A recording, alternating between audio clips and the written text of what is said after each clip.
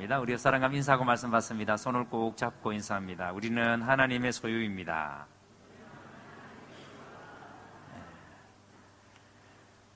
하나님께서 여러분들에게 큰 은혜 주시기를 주님의 이름으로 축복합니다. 다시 창세기의 말씀으로 돌아왔습니다. 지난번 아브라함에 대해서 이야기하면서 왜 아브라함을 우리가 믿음의 조상이라고 말하는가?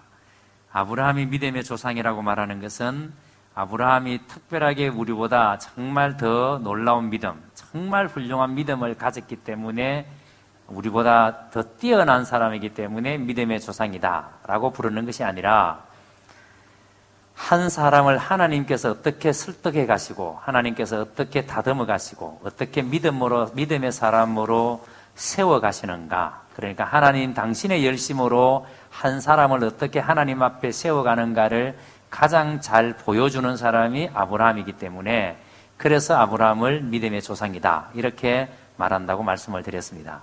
그 말씀은 하나님께서 아브라함을 그렇게 다듬어 가시고 그렇게 설득해 가시면서 믿음의 사람으로 세워 가시는 것처럼 오늘 이 자리에 있는 우리도 하나님께서 뭐 하고 계신다? 지금 하나님의 열심으로 나를 다듬고 계시고 나를 설득하고 계시고 나를 은혜로 이끌어가고 계신다라는 의미입니다. 자, 그러니까 지금은 내가 내 속에 연약함이 있고 나에게 말할 수 없는 그런 부족함이 있음에도 불구하고 여전히 하나님은 나를 붙들고 나와 함께 하시고 나를 다듬어가고 계신다는 사실을 이 아브라함을 통해서 우리에게 보여주십니다. 오늘도 그 은혜가 여러분들에게 풍성히 경험되기를 주님의 이름으로 축복합니다. 창세기 15장은 아브라함이 헤브론에서 살고 있을 때의 일입니다. 여기서 아브라함은 자식이 없을 때 하나님께 약속하신 자식이 없자 아브라함이 뭐라고 하나님께 이야기합니까? 하나님, 엘리에셀, 우리 집에 있는 종 엘리에셀을 통하여서 우리 집의 상속자가 되게 하겠습니다 라고 이야기했습니다. 자, 그러니까 하나님께서 약속의 자녀를 이야기했는데도 불구하고 10년이 됐는데도 자식이 없으니까 아브라함이 하나님께 그렇게 얘기한 거예요. 엘리에셀을, 우리 집에 있는 종 엘리에셀을 우리 집의 상속자로 삼겠습니다. 하니까 하나님께서 아브라함에게 뭐라 그랬습니까? 아니다. 내 몸에서 난 자라야 내 상속자, 너의 상속자가 될 것이다. 너의 몸에서 난 자라야 너의 상속자가 된다. 그러니까 엘리에셀이 너의 상속자가 안 된다는 말이에요. 엘리에셀은 될 수가 없다는 말이에요. 자, 그런데 이후에도 하나님께서 이렇게 말씀하셨으면 이후에 빨리 자식을 줘야 되는데 주셨다 안 주셨다? 안 주셨습니다. 자, 이때 사라의 나이가 몇 살이다? 75세. 아브라함이 사례보다 10살이 많으니까 아브라함은 나이가 85세입니다. 여러분, 이런 상황에 사례는 굉장히 조급해집니다. 분명히 하나님은 약속하셨는데 약속이 이루어지지 않으니까 사례의 마음은 조급해져 가는 겁니다. 그래서 하나님께서 자기에게 생산을 허락하지 아니하셨으니까 어쩌면 하나님께서 자기의 여종을 통하여서 이 아브라함 남편에게 씨를 주실지 모르겠다, 이 생각을 하게 된 거예요. 왜 이런 생각을 하는가 하면은 지금 그 당시에 고대 사회에서는 일반적으로 남자들이 결혼을 해서 자식이 없으면은 종을 취해서 자식을 놓는 것이 일반적인 거거든요. 그게 관습이었고 그게 그 당시의 문화였기 때문에 하갈도 그 생각을 한 겁니다. 그러니까 지금 하나님께서 약속해 주셨지만 하나님께서 자식을 안 주는 걸 보니까 그 약속, 그 하나님의 말씀은 종을 통해서 자식을 낳아라, 그런 말씀인가 보다. 하갈은 이렇게 그거를 사례는 그렇게 받아들였다는 거예요. 사례가. 자, 그런데 여러분, 사례가 아브라함에게 보내려고 했던 여자가 누구냐면은 하갈이라는 여자입니다. 근데 이 하갈이 누구예요? 애굽 여자잖아요. 근데 하갈이 어떻게 유다 사람인 이 사례의 종이 되었는가 하면은 지난날 가나안 땅에 극심한 기근이 왔을 때 아브라함이 모든 가족을 데리고 애굽 땅에 양식을 구하러 간 적이 있습니다.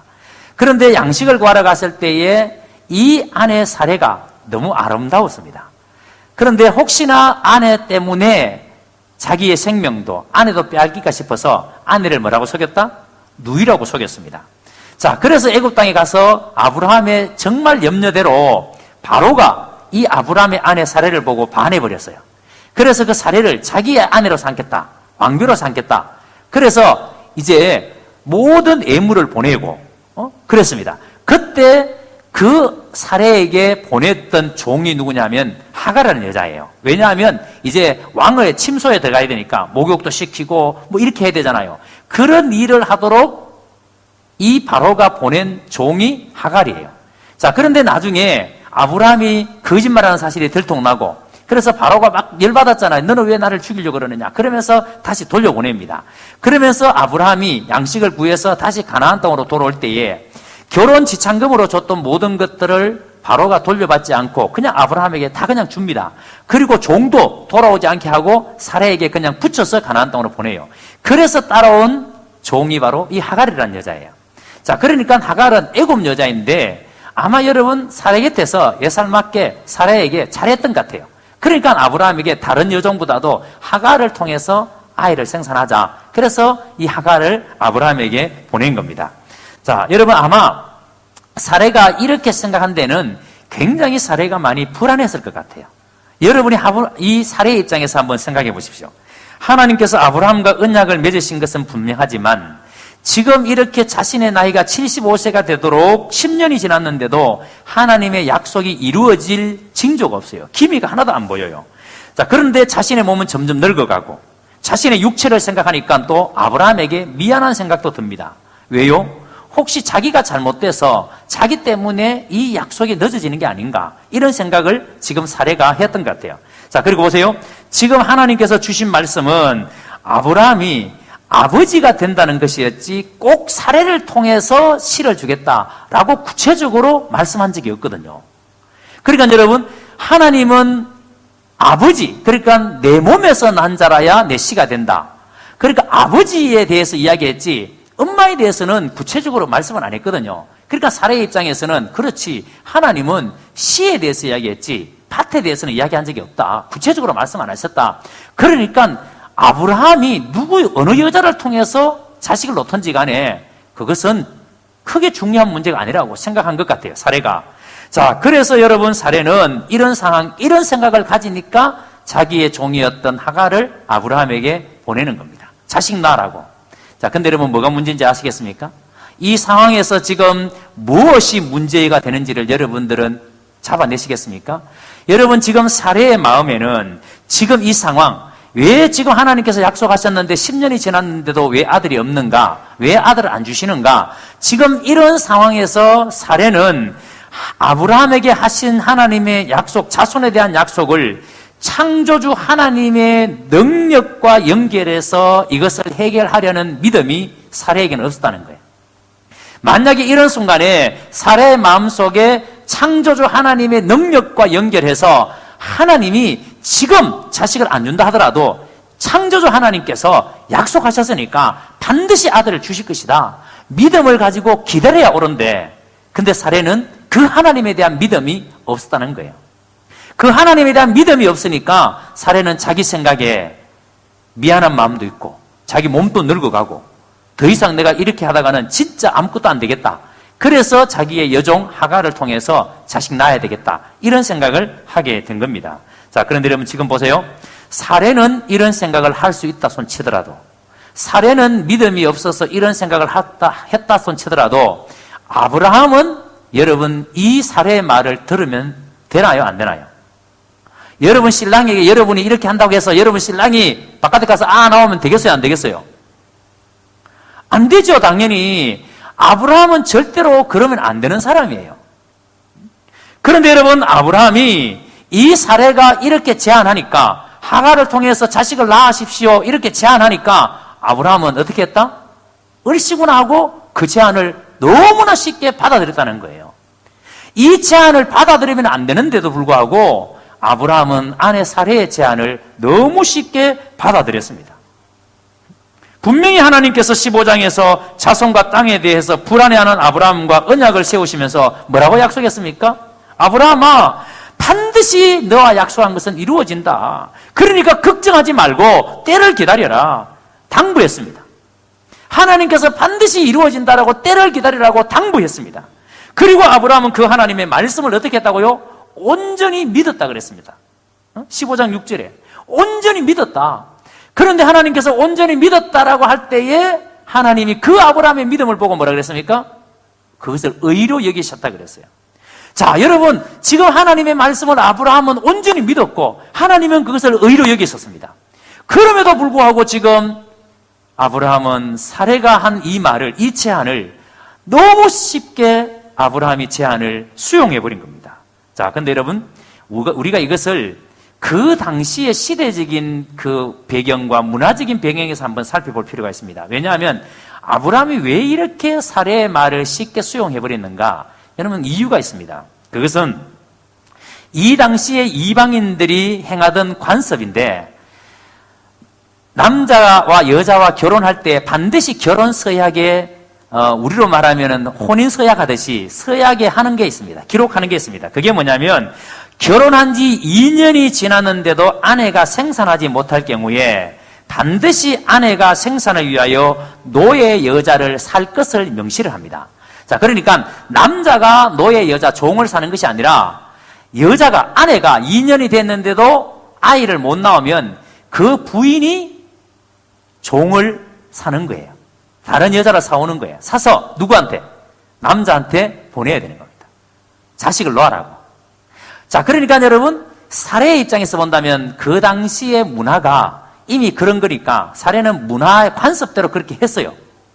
그리고 아브라함도 그 당시의 관습이 그러니까 아무런 생각 없이 그렇게 받아들인 겁니다. 자, 아내가 아기를 못 놓으니까 관습에 따라서 아내가 종을 데려왔고 그 종을 자기의 자식을 놓기 위한 수단으로 쓴 겁니다. 그리고 고대의 함무라비 법전에도 보면은 아이를 낳는 것을 법적으로 금하는 여사제를 데리고 사는 남자들이 있어요. 그러니까 사제들이 결혼은 할 수 있는데 절대 아이는 못 낳아요. 우리로 말하면은 천주교 신부님은 결혼할 수 있다 없다. 그 다음 수녀님들 결혼한다 안 한다? 못 하잖아요. 그 천주교에서 그거는 못 하게 됐어요. 자, 그런데 고대에 이 이방신을 섬기는 사제들 중에 여사제들이 있습니다. 근데 이 여사제들은 결혼을 할 수 있어요. 결혼은 할 수 있지만 아기는 낳을 수가 없어요. 이게 함무라비 법전에 기록이 되어 있습니다. 자, 그런데 남자는 아기를 갖고 싶어요. 근데 여사제는 아기를 가질 수 없으니까 어떻게 되는가 하면은 여사제가 여자를 사와야 됩니다. 종을. 그리고 남자에게 보냅니다. 그러면 남자는 그 여자를 통해서 자식을 생산하는 거예요. 여러분, 이게 고대사입니다. 이 고대사에 진짜, 야, 옛날에 살았으면 좋겠다. 이런 생각하면서 지금 막 이렇게 막 은혜된다 이러면 안 됩니다. 이 고대 옛날의 얘기입니다. 여러분, 그러니까 이 아내 사례는 이러한 상황 가운데 이러한 시대적인 관습 속에서 하가를 아브라함에게 보냈고, 아브라함도 이렇게 보편적인 문화, 보편적인 관습 속에서 하가를 아무런 생각 없이 그냥 받아들인 거예요. 그런데 여러분, 중요한 것은 아내 사례는 몰라도 아브라함은 절대로 이렇게 하면 안 되는 사람입니다. 아내 사례는 이렇게 산다 할지라도 아브라함은 절대로 이렇게 받아들이면 안 되는 사람입니다. 여러분, 아브라함이 두려웠을 때 하나님이 나타나셔서 뭐라 그랬습니까? 아브라함아, 두려워하지 말아라. 나는 너의 방패요 너의 상급이니라.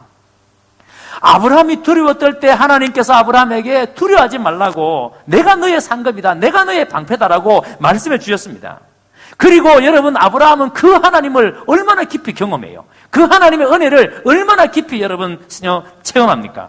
그런데 아브라함은 지금 여전히 이런 하나님의 영적인 은혜를 체험하면서도 불구하고 여전히 지금 생각하는 것은, 살아가는 삶의 내용은 인간의 나라 사람과 다를 바가 없다는 거예요. 이런 은혜를 체험했음에도 불구하고 여전히 중요한 것을 결정할 때는 인간의 나라 사람들과 똑같은 방법으로 결정을 한다는 거예요. 그래서 아브라함은 이런 일이 있을 때에, 나는 인간의 나라 사람이 아니다. 나는 하나님의 나라. 그러면 하나님의 나라 사람답게 생각을 해야 되는데, 아브라함의 생각은 여전히 인간의 나라 사람처럼 그렇게 판단했다는 겁니다. 그 당시의 풍습을 아브라함이 그냥 수용해버린 겁니다. 여러분, 우리도 이럴 수 있습니다. 요즘도 여러분, 바람 실컷 피우고 엉뚱한 데 가서 애 낳고 와서는 아브라함도 그랬는데 아브라함도 그랬는데 이런 분이 진짜 계세요. 여러분, 그 당시의 풍습, 관습이 허용한 것이지 성경이 허용한 게 아니에요. 여러분, 지금도 생각해 보세요. 여러분들이 지금 살아가고 있는 삶의 현장에서 과연 내가 그리스도인이라는 것이 어떻게 증명되고 있는가? 세상 사람들이 세상의 방법과 세상의 관습과 세상의 법칙에 따라서 어떤 일을 결정하고 어떤 일을 판단하고 일을 할 때에 과연 나는 그 일을 판단하고 결정할 때에 거기에 하나님을 의식하느냐 말이에요. 하나님에 대한 믿음이 있느냐 말이에요. 여러분이 집을 사고 이사를 가고 회사를 경영하고 여러분이 자녀들 결혼을 시키고 모든 일을 행할 때에 세상 나라 사람들은, 인간의 나라 사람들은 이런 기준으로 살아갑니다. 결혼할 때 혼수는 어떻게 해야 된다, 뭐는 어떻게 해야 된다, 직업을 구할 때 어떻게 해야 된다. 세상 사람들의, 인간의 나라의 기준이 있어요. 그런데 우리는 하나님께 속한 사람이니까 우리는 하나님께 속한 사람으로 어떤 기준을 가지고 그 일들을 결정하고 살아가느냐 말이에요. 아브라함은 분명히 그가 하나님께 속한 사람이면서도 살아가는 삶의 방식은 인간의 나라 사람처럼 생각하고 판단했다는 겁니다. 자, 그래서 2절 하반절에 보세요. 아브라함이 사라의 말을 들으니라. 아브라함이 사라의 말을 들었습니다. 아브라함은 사라의 제안을 별다른 말 없이 수용을 해버렸습니다. 아브라함이 지금 사라의 말을 수용하는 것은 말씀드린 당시의 문화적인 관점에서 평범한 일입니다. 이게 그다지 그렇게 의미 둘 일이 아니에요. 그냥 자식 못 낳으면 다른 여자 데려와서 자식 놓는 거, 그 당시의 문화가 허용하는, 아무렇지 않는 그런 문제였습니다. 그런데 성경은 뭐라고 말하는지 눈여겨보세요. 1절입니다. 자, 1절 제가 읽습니다. 아브라함의 아내 사레는 출산하지 못하였고. 자, 여러분 여기서 눈여겨보셔야 되겠습니다. 그냥 사레는 출산하지 못하였고 하지 아니하고 왜 앞에다가 아브라함의 아내 사레는 출산하지 못하였고, 왜 이렇게 할까요? 왜 여러분 사레를 아브라함의 아내라는 말을 이렇게 강조할까요? 여러분 이 말은, 아브라함의 아내 사레라는 말은 반드시 아브라함의 씨가 누구의 몸을 통해서? 사레의 몸을 통해서, 아내 사레의 몸을 통해서 하나님께서 보낸다는 뜻입니다. 여러분 사레는 이걸 알았어야 돼요. 하나님께서 자식을 보낼 때에 하갈을 통해서 보내는 것이 아니라 내 몸을 통해서 보낸다. 이걸 알았어야 돼요. 아브라함의 아내 사레라 그랬습니다. 그런데 저는 이 말씀을 묵상하다가 묘하게 그 아담과 하와가 오버랩됩니다. 여러분 감이 잡히시죠? 자, 여러분 사레가 아이를 못 놓자 하갈을 데리고 아브라함에게 갔습니다. 근데 여러분 아담과 하와 중에 누가 먼저 선악과를 먼저 먹었습니까? 하와가 먼저 먹었습니다. 이 선악과를 누구에 가져갔습니까? 아담에게 가져갔습니다. 여러분 여자가 죄를 지었으면 혼자 죽으면 되는데 꼭 물기처럼 남편까지 같이 죽이려고. 그냥 지가 먹어서 잘못했으면은 지 혼자 죽지. 왜 아담에게 가서 여보 먹어봐. 먹어보니까 괜찮은 것 같아. 하나님 죽는다 그랬는데 내 안 죽었잖아 봐. 당신 또 먹어. 지금 여러분 사례는 하나님의 약속을 인간의 힘으로 해결하려고 합니다. 사례는 지금 하나님께서 하신 그 약속을 인간의 방법으로 그것을 한번 해결해 보겠다라고 지금 아브라함에게 제안을 한 겁니다. 여러분 이렇게 사례가 아브라함에게 제안할 때 사례의 나이가 75세, 아브라함의 나이가 85세 때입니다. 근데 아브라함은 지금 이 사례의 제안을 아무런 거기에 대한 거리낌이 없이 사례가 하라는 대로 받아들입니다. 마치 아담이 선악과를 가지고 온 하와의 말을 아무런 그거 없이 그냥 덥석 받아먹었는 것처럼 지금 아브라함이 아무런 여기에 대해서 그게 없이 그냥 하갈을 취하라 그러니까 취합니다. 자, 그런데 문제는 5절입니다. 자, 5절을 보세요. 사례가 아브라함에게 이르되 내가 받는 모욕은 당신이 받아야 옳도다. 내가 나의 여종을 당신의 품에 두었거늘 그가 자기의 임신함을 알고 나를 멸시하니 당신과 나 사이에 여호와께서 판단하시기를 원하노라. 여러분 지금 아브라함이 이렇게 사례가 보내온 하갈을 취했는데 그 다음에 무슨 문제가 나타났는가 하면은 이 하갈이 임신을 하게 된 거예요. 자, 그렇게 사례는 임신을 하고 싶었지만 사례는 임신을 못했는데 근데 여종 하갈은 아브라함에게 보냈더니 금방 임신이 되는 거예요. 그런데 문제는 이때부터입니다. 하갈은 분명히 사레의 종이었어요. 그런데 지금 자기의 주인은 임신을 못했습니다. 근데 지금 종이었던 자기는 지금 임신을 했습니다. 임신을 딱 하는 순간 갑자기 주객이 전도됩니다. 종이었던 하갈이 주인이었던 사라에게 이제는 교만해졌습니다. 여러분 그려지시죠? 예? 자기 이제 주인의 아기를 가졌다고 완전히 지금 교만해진 겁니다. 그래서 사레가 하갈이 사레에게 마치 자기가 주인인 것처럼 사레에게 함부로 하는 거예요. 사레를 업신여기는 겁니다. 주인 노릇을 하려고 하는 겁니다. 이런 하갈의 방자함에 사레는 남편 아브라함에게 가서 왜 이렇게 하갈이 지금 이렇게 방자하게 구는데 당신은 왜 아무런 조치를 취하지 않느냐? 지금 도대체 이 하갈이 얼마나 나에게 무리하게 하는지 아느냐? 왜 당신은 이 하갈에게 아무런 조치를 안 취하느냐? 라고 했을 때에 아브라함이 이때 하갈에게 적절한 조치를 취했더라면 어쩌면 문제가 잘 풀렸을지 모릅니다. 그런데 아브라함이 이때 보세요. 뭐라고 하는가 하니까 네가 알아서 해라. 네? 네가 알아서 해라. 지금 사레는 하갈 때문에 죽을 지경인데 남편이라는 작자가 하는 말이 네 알아서 해라 라고 이야기합니다. 여러분 이게 왜 사레가 이런 남편에게 이렇게 요구하는가 하면은 이 당시에 굉장히 이런 일이 아마 비일비재했던 것 같아요. 그러니까 종이 자기 남편에게 아기를 낳았을 때 갑자기 아기 때문에 막 종들이 막 주인에게 큰 소리 치고 이런 일들이 그 당시에 굉장히 있었던 것 같아요. 그래서 함무라비 법전에 이럴 경우에 어떻게 해야 되는지에 대해서 그게 나옵니다. 법에. 이럴 경우에 사례는 첩 하갈에게 나귀를 찍어서 종으로 계수할 수는 있습니다. 그러니까 너 이제부터 종이야. 너 우리 주인의 첩이 아니야. 종이야. 종으로 계수할 수 있는데 문제는 아기를 가졌을 경우에는 절대로 팔아버릴 수는 없어요. 아기를 가졌을 경우에는 다른 사람에게 종이라고 못 팝니다. 그러니까 집에 같이 살아야 돼요. 그냥 종으로. 그게 법으로 규정이 되어 있습니다.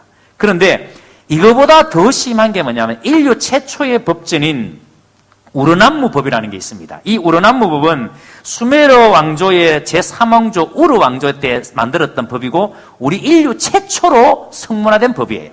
자, 그런데 이 법전에 보면은 뭐가 있는가 하면은 이렇게 만약에 종이 여주인에게 자식이 있다고 만약에 무리하게 군다든지 버릇없이 굴면은 반드시 소금 1리터를 가지고 그 첩의 그 원문대로 번역하면 주둥아리입니다. 이 입술을 소금 1리터를 가지고 문지르라 이렇게 되어 있어요. 여러분 소금 1리터를 가지고 여자의 입을 문지른다고 한번 생각해 보세요. 소금 1리터를 가지고 입이 살아남겠습니까? 그러니까 함부로 주인에게 대해서 업신여기고 무례하게 구는 그 여자를 소금 1리터를 가지고 입을 완전히 뭉개버리는 거예요. 말 못하도록. 얼마나 무서운 법이에요. 자, 이런 법이 있는데 그런데 사례가 볼 때 아브라함은 왜 당신은 지금 이 하갈이 이렇게 무리하게 구는데 아무 조치도 않지 않았냐? 왜 아무 조치 않지 않았냐? 이렇게 남편에게 따졌는데 남편이 사례에게 당신 마음대로 하세요 라고 이야기했습니다. 자, 6절을 봅니다. 이렇게 마음대로 하라 그러니까 6절을 보세요. 아브라함이 사례에게 이르되 당신 여종의 당신의 수중에 있으니 당신의 눈에 좋은 대로 그에게 행하라 하며 사례가 하갈을 학대하였더니 하갈이 사례 앞에서 뭐 하였더라? 크게 뭐 하였더라? 왜 도망했습니까? 하갈이? 사례가 학대하니까. 아브라함이 사례에게 네 마음대로 하라 그러니까 사례는 하갈을 심하게 학대합니다. 그러니까 이 하갈은 견디다 못 견뎌서 도망가 버립니다. 자, 이렇게 하갈이 사례의 피팍 때문에 도망을 가는데 7절에 봅니다. 하갈이 도망을 가다가 누구를 만나보세요.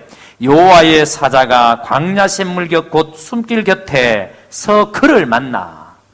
여러분 이렇게 도망가는 하갈을 누가 찾아왔습니까? 하나님이 여호와의 사자를 천사를 보냈습니다. 그리고 이 하갈에게 천사가 대화합니다. 8절과 9절이 천사에 대합니다. 자, 먼저 8절 같이 읽습니다. 시작.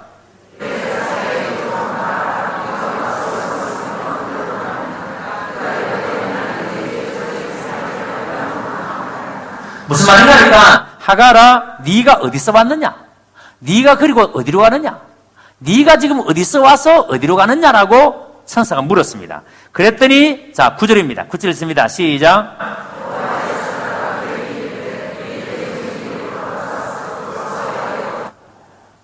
하갈이 천사가 그렇게 물으니까 하갈이 뭐라고 대답했는가 하면 나는 사레의 여종입니다. 나는 사레의 여종입니다. 사레를 피하여 도망갑니다 라고 이야기하니까 천사가 하는 말이 사레야, 하갈아, 너의 자리는 사레의 옆자리다. 그러니까 너는 사레에게로 다시 돌아가라. 가서 그 사레의 말이 뭐하라? 복종해라 라고 이야기합니다. 지금 여러분 사레가 너무너무 핍박을 하니까 그 사레의 핍박을 견디다 못해서 하갈이 도망쳐 나왔는데, 그런데 하나님께서는 천사를 통해서 하갈에게 네가 있어야 될 자리는 여기가 아니야. 네가 도망쳐 나와서 있는 이 자리가 네가 있어야 될 자리가 아니고 네가 있어야 될 자리는 사레 옆에 그 자리야. 어렵더라도 사레가 너를 핍박하더라도 네가 살아야 될 자리는 사레 옆이야. 그러니까 돌아가서 사레의 말에 복종해라 라고 이야기합니다. 자, 여러분이 사레 같으면 어떻게 하시겠어요? 겁나지 않겠습니까? 가면 무슨 일이 벌어질지 모르는데, 어떤 어려움을 당할지 모르는데, 그런데 하나님께서는 이렇게 두려워하고 있는 하갈에게 엄청난 말씀을 주십니다. 돌아갈 수밖에 없는, 돌아가야 되겠다라고 생각할 수밖에 없는 엄청난 말씀을 주십니다. 여러분, 이 10절이 바로 천사가 하갈에게 하는 엄청난 말씀입니다. 자, 10절을 같이 읽습니다. 시작.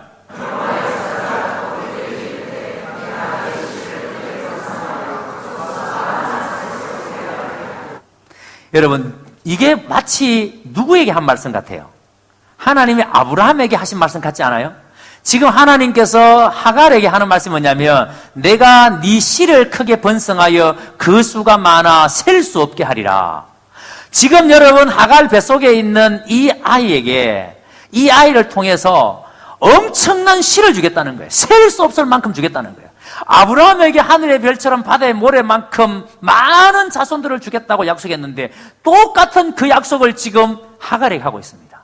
여러분, 지금 하갈이 사레의 핍박을 피해서 도망왔는데 하나님께서 자기에게 너에게도 그 씨를 그렇게 많이 주겠다고 했을 때 하갈이 이 말씀을 들을 때 마음이 어땠을까요?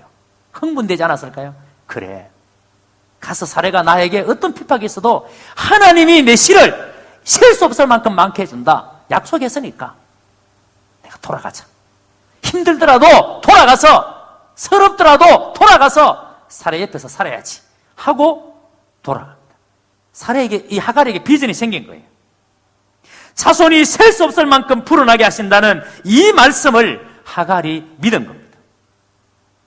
하나님께서 하갈을 통해서 태어날 이스마엘을 통해서 자손의 번성을 약속하셨기 때문에 하갈은 이제 그게 자신의 비전입니다. 그래서 이 어머니가 자신에게서 난 그 아이를 통해서 자손이 셀 수 없을 만큼 많이 해주겠다는 이 엄청난 비전을 가지고 하갈은 다시 사레 옆으로 돌아옵니다. 자, 그런데 여러분 11절을 봅니다. 이렇게 돌아옵니다. 11절 제가 읽습니다.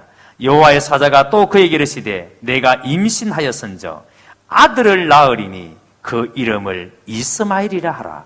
이는 여호와께서 내 고통을 뭐 하셨습니다? 들으셨습니다. 한번 따라합니다. 내 고통을 들으셨습니다. 지금 여기에서 보세요. 지금 하나님께서 천사가 하갈에게 복중에 있는 아이의 이름을 지어줍니다. 뭐라고? 이스마엘이라고. 근데 이스마엘 이름의 뜻이 뭐라고요?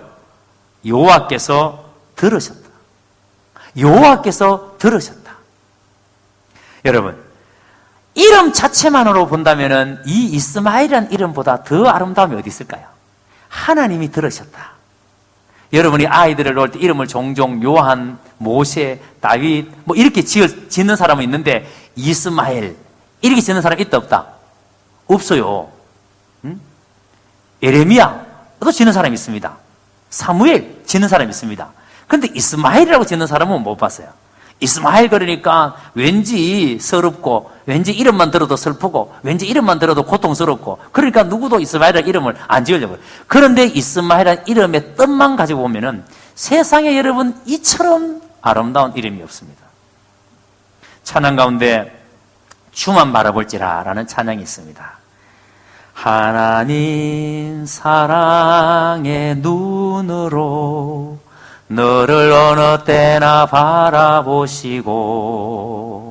하나님 인자한 귀로서 언제나 너에게 기울이시니 어두움에 밝은 빛을 비춰주시고 너의 작은 신음에도 응답하시니 너는 어느 곳에 있던지 주를 향하고 주만 바라볼지라. 여러분, 이 찬양 가운데 너의 작은 신음에도 응답하시니, 하나님은 우리의 작은 신음에도 응답하시는, 여러분, 이스마엘의 이름의 뜻이 바로 이 뜻이에요. 하나님은 하갈이 신음할 때에, 하나님이 하갈이 고통 중에 신음할 때에, 하갈아 너의 신음을 내가 들었다. 그래서 너의 아들의 이름을 이스마엘이라고 해라. 여러분, 하나님은 우리의 작은 신음에도 응답하시는, 듣고 계시고 응답하시는 분입니다. 이걸 믿으시기를 주의 이름으로 축복합니다. 자, 그런데 여러분, 이스마엘이 태어나면 어떻게 된다고 하는지 12절에 보세요. 이 이스마엘이 이런 엄청난 이스마엘이에요. 비록 여러분 하갈의 몸에서 태어나지만 이 하갈의 몸이 태어난 이스마엘을 통해서 셀 수 없을 만큼 자손을 많게 해주겠다 그러는데, 이 이스마엘이 태어나면 12절에 이렇게 말씀합니다. 그가 사람 중에 덜나귀가 되리니. 이스마엘이 태어나면 덜나귀가 된답니다. 그의 손이 모든 사람을 치겠고 모든 사람의 손이 그를 칠지며 그가 모든 형제와 대항해서 살리라 하니라. 대항해서 싸운다는 말이에요. 자, 그러니까 이 예언을 자세히 보면은 부정적인 면이 있고 긍정적인 면이 있습니다. 덜나귀는 힘이 굉장히 세고 덜나귀는 두려움이 없습니다. 떼를 지어 다닙니다. 그러니까 집에서 가두어서 키우기는 진짜 힘든 짐승, 길이 잘 안 들어지는 짐승이 덜나귀예요. 덜나귀는 도무지 길이 잘 안 들어집니다. 그러니까 노예로 속박당하고 견디기 힘든 구박을 받다가 자유로운 삶을 살 것이라는 예언은 하갈에게 복음이었을 겁니다. 마치 덜나귀처럼 자유롭게 그렇게 살 것이라는 것은 하갈에게 내가 이 사례의 핍박을 받으면서 안 살 수 있다, 안 살아도 된다라는 것은 복음이었을 겁니다. 그런데 이 이스마엘의 후손들이 누리게 될 자유는 모든 사람들과 대항하는 적대적 관계를 형성해서 평생 원수로 살게 될 것이라는 것은, 여러분, 이것은 부정적인 겁니다. 그래서 천사가 말한 대로, 하나님께서 말씀하신 그대로 훗날에 이스마엘은 엄청난 지파를 이룹니다. 지금 여러분 중동에 있는 모든 나라가 누구의 후손이다? 이스마엘의 후손입니다. 어마어마한 민족이 형성됐습니다. 그런데 그들이 지금 누구와 싸우고 있다? 이스라엘과 싸우고 있습니다. 여러분, 지금 중동에서 일어나고 있는 이 갈등이 바로 이때 이미 하나님께서 이 하갈에서 난 이스마엘로 말미암아 이런 일이 일어날 것이라고 하나님이 말씀하셨습니다. 그런데 여러분, 이런 생각을 가질 수 있습니다. 그러면 하나님, 하갈을 통해서 태어난 이스마엘은 안 사랑하시는가? 하나님은 이 하갈을 통해서 태어난 이스마엘, 지금의 그 후손들 중동 사람들은 하나님 사랑 안 하시는가? 여러분 보세요. 말씀드린 것처럼 하나님께서 하갈의 그 신음을 들으셨다. 그리고 내 자손을 네 씨에서 난 이 이스마엘을 통해서 난 이 모든 자손들을 셀 수 없을 만큼 많게 해주겠다. 이게 무슨 약속인가 하니까 하나님께서는 하갈을 통해서 난 자손도 뭐 하신다? 아브라함의 씨라는 거예요.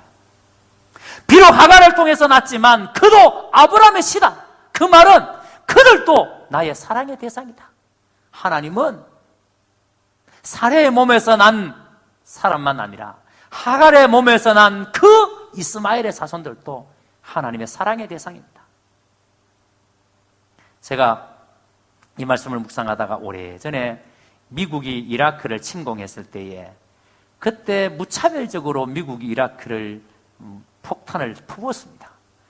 그때 한국에서 그 뉴스가 막 한국에 막 전해질 때 도대체 미국이 너무하다. 어떻게 심지어는 병원에도 폭탄이 떨어지고 그 아이들이 있는 어린이집 유치원에도 폭탄이 떨어지고 그래서 아이들이 얼마나 많이 죽어나가고 이런 일이 벌어질 때에 한국에서 3명인가 5명인가 그 당시에 하여튼 청년들이 인간방패라 그래가지고 간 적이 있습니다. 그때 뉴스에 굉장히 많이 나왔어요. 언론에도 많이 나오고 그래서 인간방패라 그러면서 거기에 이라크에 간 적이 있습니다. 그런데 그 갔던 사람 중에 한 사람이 제가 옛날에 사역했던 하금복음회부의 간사님이 있었어요. 근데 이 자매였는데 이름이 유은하 간사입니다. 근데 이 간사님이 거기에 자기가 인간방패로 가겠다고 나섰어요. 그런데 그때 물었습니다. 왜 거기에 지금 폭탄이 떨어지고 수많은 사람들이 죽어나오는 그 통에 거기에 들어가서 죽겠다고 들어가느냐 했을 때 하는 말이 뭐였는가 하면은 하나님께서는 무슬림도 사랑하십니다. 하나님은 무슬림도 사랑하십니다. 여러분, 여러분의 마음속에 저 무슬림들, 저들도 여전히 복음을 듣고 주님 앞으로 돌아와야 될 사람이라는 그 의식을, 그 생각을 여러분 가지고 계십니까? 하갈의 자손 이스마엘도 하나님 사랑하십니다. 이 세상의 모든 사람은 하나님의 사랑의 대상이에요. 그래서 여러분 우리가 편견을 가지고 함부로 사람을 저 사람은 하나님의 사랑 받을 수 없는 사람이야 이렇게 말해서는 안 되는 거예요. 여러분 오늘 말씀을 통해서 우리에게 주시는 교훈이 뭡니까? 이스마엘이 이렇게 태어난 때가 아브라함의 나이가 86살 때예요. 16절에 보면. 그런데 가나안에 입성한 지가 11년이 지났을 때입니다. 여러분 이 순간 겉으로 보면은 모든 것이 평안해 보입니다. 지금 이 이스마엘이 태어났을 때 별 문제 없는 것처럼 보여요. 이제 자손에 대한 약속도 이 이스마엘을 통해서 셀 수 없을 만큼 약속 주신다는 것도 알고. 자, 그런데 머지않아서 하갈과 이스마엘 때문에 집안에 불화가 시작됩니다.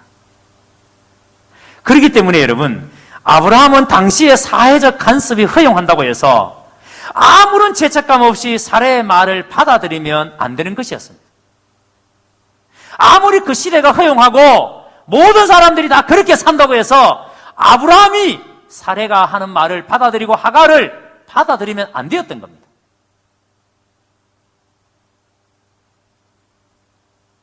사람의 충고도 귀하고 사회적 간섭도 귀하지만 그러나 우리는 그것을 붙들고 내 삶의 주인 되시는 하나님 앞에 서서 하나님의 뜻을 물어봐야 옳았습니다.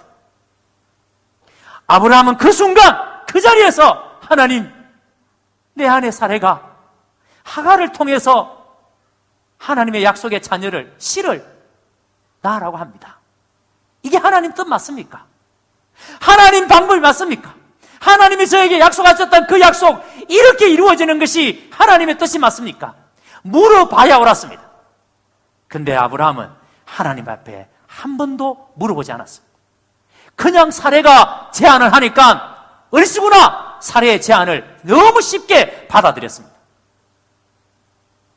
하나님 제가 이렇게 하려고 하는데 하나님 이렇게 하는 것이 하나님의 생각이 맞습니까? 물어봤다면 하나님께서 뭐라고 대답해 주셨을 텐데 아브라함은 하나님께 물을 생각을 하지 않았습니다. 그러니까 분명히 여러분 보세요. 아브라함은 세상의 나라, 인간의 나라에서 하나님이 불러낸 사람이에요. 그래서 이제는 하나님의 나라, 이제는 여러분 약속의 백성이 된 사람이에요. 그렇다면 인간의 나라 생각을 가지고 살면 안 되는 사람인데도 불구하고 그런데 아브라함은 여전히 인간의 나라 생각을 가지고 지금 살았다는 겁니다. 여러분 가만히 한번 생각해 보세요. 지금 나를 둘러싸고 있는 환경이 여러분들이 어떻게 느껴지세요? 지금 이 시대를 살아가면서 지금 여러분에게 일어나고 있는 이 수많은 일들을 여러분들은 어떤 관점에서 그것들을 바라보십니까? 사업하시는 분들이 지금 금리가 올라가고 지금 사업이 잘 안 되고 얼마 전에 그 신문에 보니까 창원공단에 그 원자력 관련돼서 부품업체가 거기 다 있대요. 창원에. 저도 잘 몰랐는데 그런데 거기에 원자력 관련 부품업체들이 전부 다 지금 부도를 하고 있다는 거예요. 부도가 나온 이유가 뭐냐면 정부에서 우리가 탈원전 정책을 펴다 보니까 이렇게 뭡니까 원자력 그거를 지어야 되는데, 그러면 부품이 계속 이제 만들어서 이제 하면은 이게 계속 지으니까 공장은 계속 잘 돌아갈 거 아니에요. 근데 이게 더 이상 원자력을 만들지 않으니까 부품업체가 이게 물건을 만들어 내봤자 소용이 없잖아요. 그러니까 이제 다 중단되는 거예요. 그런데 그 물건을 만들어내는 데는, 부품을 만들어내는 데는 돈이 뭐 기계 하나가 뭐 수십억씩 하는데, 그래서 여러 대의 기계를 사놓고 공장을 돌리다가 갑자기 이게 딱 중단이 되니까 일이 없으니까 여러분 공장들이 어떻게 살아남겠습니까? 이런 일들이 지금 우리에게 일어난다면, 지금 여러분의 사업체에서 만약에 이런 일이 일어난다면, 여러분이 다니는 직장에서 만약에 이런 일이 일어난다면, 우리가 살고 있는 이곳에서 만약에 그런 일들이 일어난다면 우리는 어떻게 해야 되는가? 여러분, 세상 사람들은, 인간의 나라 사람들은 어떻게든지 살 길을 찾아보려고 애를 쓸 거예요. 노조들은 어떻게든지 간에 자기의, 여러분 그것을 지키기 위해서 뭐 수단과 방법을 안 가리고 나갈 것이고, 그래서 이런 상황에 진짜 우리가 하나님 백성이라면, 우리가 하나님께 속한 사람이라면 어떻게 살아야 되는가? 어떻게 물어야 되는가? 그래서 여러분, 사람의 소리가 크게 들리면 우리는 반대로 하나님의 음성에 바짝 다가서야 됩니다. 내 귀에 자꾸 사람의 소리만 크게 들린다면 여러분, 그 순간 우리는 하나님 앞에 더 가까이 달려가야 돼요. 자꾸 사람의 말을 듣고 사람들이 이렇게 저렇게 말할 때마다 그 말이 맞는 것 같고 저 말이 맞는 것 같고 그렇게 하면 안 되고 하나님 앞에 바짝 엎드리셔야 됩니다. 결코 주변 사람들의 말만 듣고 함부로 행동해서는 안 된다는 겁니다. 아브라함이 왜 실수했습니까? 아브라함이 왜 하갈을 취했습니까? 하나님의 응답이 지연될 때 사람의 목소리에 귀를 기울였기 때문에, 하나님의 응답이 늦어질 때 그는 사람의 말에 너무 쉽게 넘어갔기 때문에. 갈라디아서 4장 23절에 여종에게서는 육체를 따라놨고 자유 있는 여자에게서는 약속으로 말미암았느니라. 여러분, 지금 우리가 이 싸움을 하고 있는 겁니다. 우리는 육체를 따라난 사람이 아니에요. 이 자리에 있는 우리 모두는 육체를 따라난 사람이 아니에요. 우리는 누구예요? 약속을 따라난 사람들이에요. 따라합니다. 나는 약속을 따라서 난 사람입니다. 무엇을 따라서? 약속을 따라서 난 사람이에요. 여러분들은 육체를 따라서 난 사람이 아니에요. 그래서 육체를 따라서 난 사람은 사람들의 말에 민감합니다. 사람들이 말하는데 몰려다닙니다. 사람들이 무슨 말을 하면 그 말이 내 삶을 완전히 바꿀 것처럼 생각하고 사람들의 말에 쉽게 현혹이 됩니다. 그러나 우리는 약속을 따라서 난 사람이에요. 약속을 따라서 난 사람은 사람의 말에 절대 일희일비하지 않습니다. 우리는 하나님의 음성에, 하나님의 말씀에 뭐 해야 된다? 귀를 기울여야 됩니다. 아브라함이 이럴 때 하나님의 음성에 귀를 기울였다면 달라졌을 겁니다. 그러므로 여러분, 지금 여러분들이 삶의 현장에서 나는 사람의 말에 민감한가? 나는 사람의 말을 듣고 그 사람의 말을 가지고 내가 어떤 일을 판단하고 어떤 일을 하는가? 그렇다면 여러분, 오늘 이 시간 반드시 여러분들은 고치셔야 됩니다. 하나님의 음성에 귀를 기울이십시오.